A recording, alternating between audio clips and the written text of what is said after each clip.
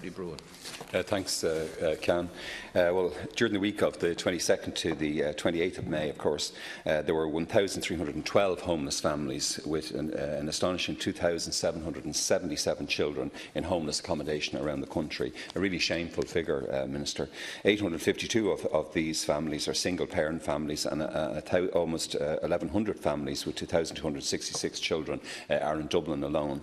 And 7 weeks ago, on May 18th, I asked for a topical issue which we had on the Government's commitment to end emergency accommodation in hotels and guest houses by July 1st, and the failure, of course, of the then ministers to give good communication and notice to the families concerned.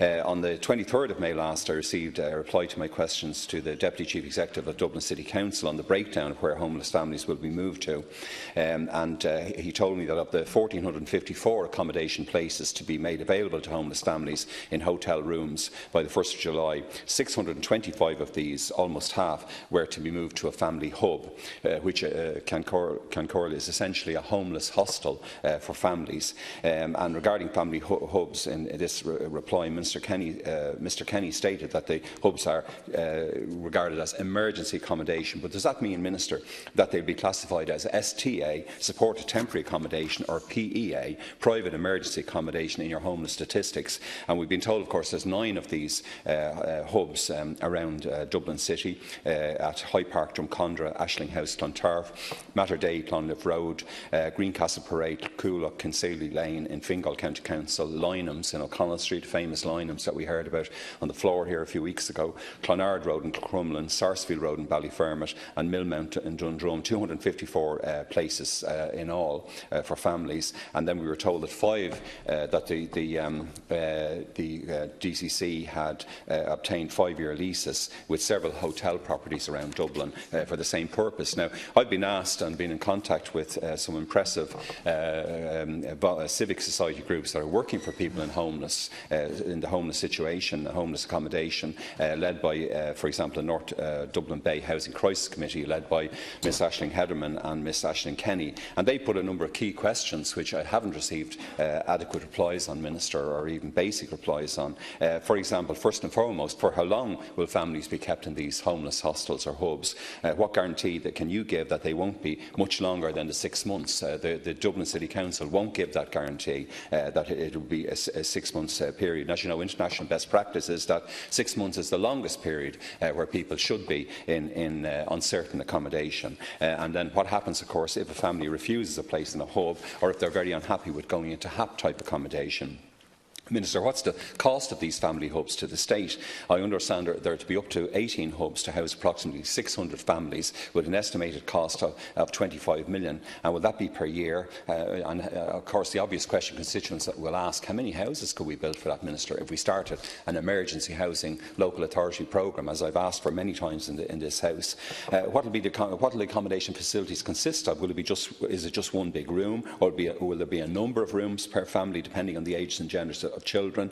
There are reports, for example, of adults sleeping in bunk beds. How will the rosters for access to cooking and laundry facilities, for example, be managed? Very basic things in relation to the families. And when you actually start asking these kind of questions, you just wonder, how did Minister Coveney get this chaotic idea off the ground in the first place? It's been reported, I think, that rents for the hubs will be between 37 and 45 euros per week, and there will be extra charges on top of that amount, such as for laundry facilities. So how are these figures reached, Minister, and why? And some of these families, of course, might be saving for HAP, Housing Assistance Programme deposits. And what sort of local access and safety measures will be around the hubs, given that we're talking about 3,000 children, or thousands of children in this case? Obviously, I tried to raise it to your colleague, Minister Sapone, the other day. My question didn't get reached, in relation to provision for supports for mental health, addiction, training, education, all the other kinds of support that these vulnerable families will need. So, Minister, a lot of questions about this, great unhappiness among my constituents, and it is a huge problem for Dublin and indeed many other areas of the country. Thanks, Can. Thank you, Concorda and Deputy Broughan. I'll try to answer as many of the questions as possible. Maybe afterwards, if ones are not touched upon, I'll certainly endeavour to get further answers, Deputy. But one of the key commitments contained in Rebuilding Ireland is to only use commercial hotels and B&Bs for homeless families in exceptional circumstances. Minister Murphy is absolutely committed to this. Hotels are not suitable or secure form of accommodation for families, and especially for young children, as you pointed out. In terms of overall progress since Rebuilding Ireland was published last July, it is worth noting that over 830 families have exited hotels and B&Bs, and that over 400 families have been prevented from entering hotels in the period up to the end of May this year. However, despite this, at the end of May there were still 647 families in commercial hotels and B&B type accommodation. While it should be acknowledged that this is a considerable reduction on the 871 such families recorded at the end of March, this number of families in hotel and B&Bs needs to reduce, and reduce fast.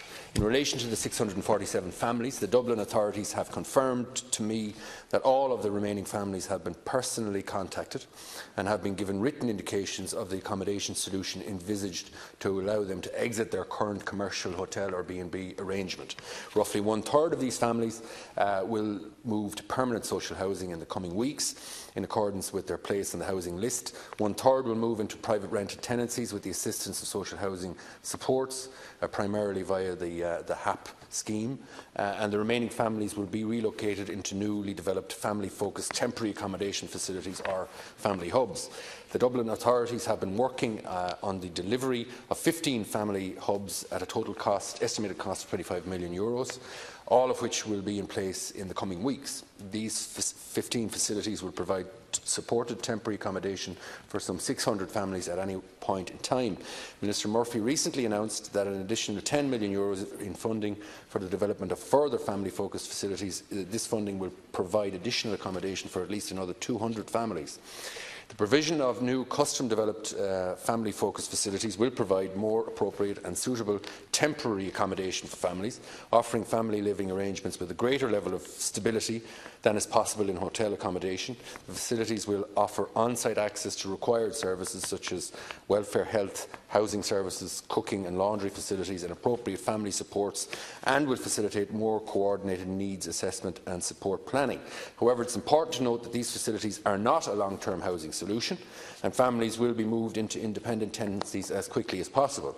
While families are accommodated in these facilities, they will still be considered as homeless for the purpose of their social housing assessment, and their homeless status would be reflected in monthly homeless reports.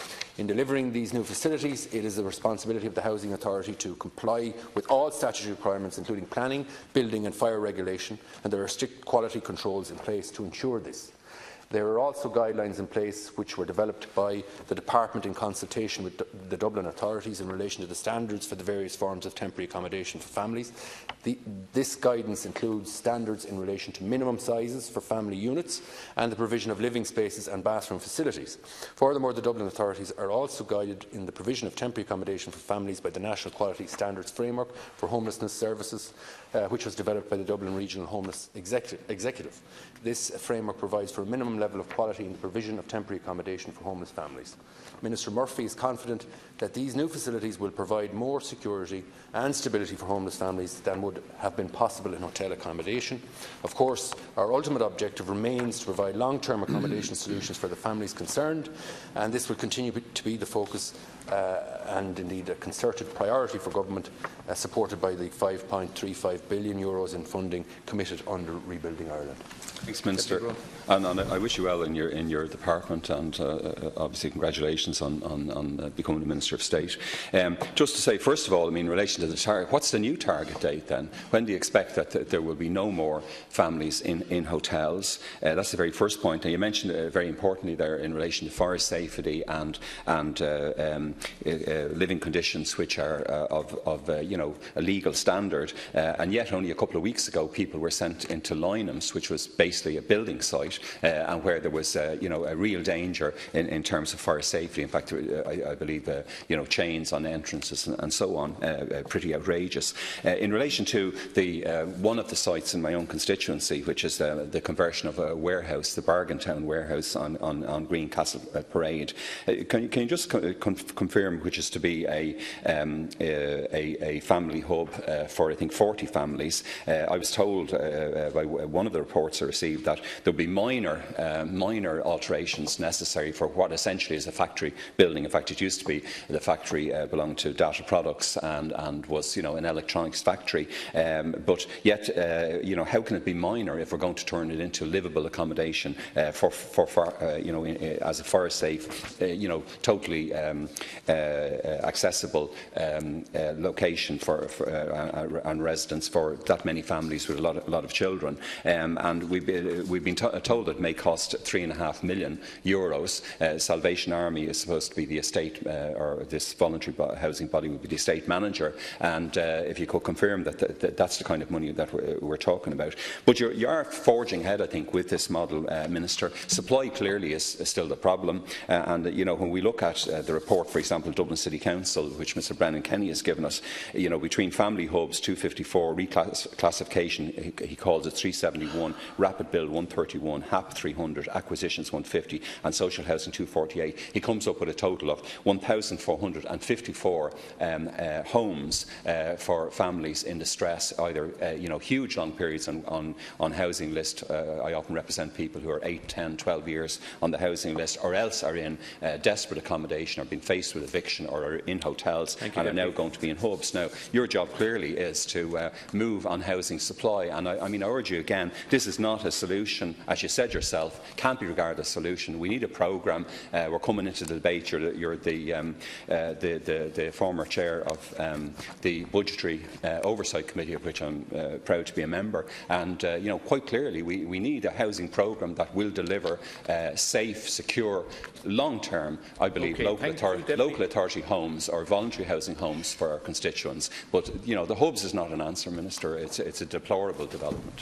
Thanks, Cam. Thank you for your kind comments. And indeed, it was striking on the committee that we were both members of that the level of agreement on the direction that housing policy needed to take.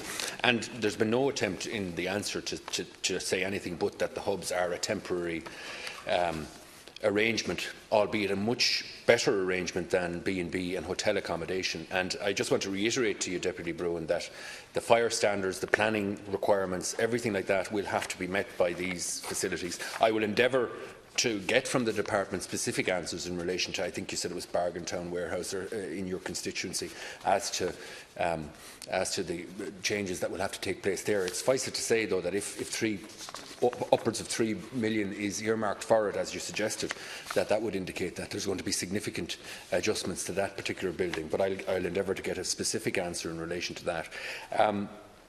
There's now approximately 10,000 new social housing units in the pipeline of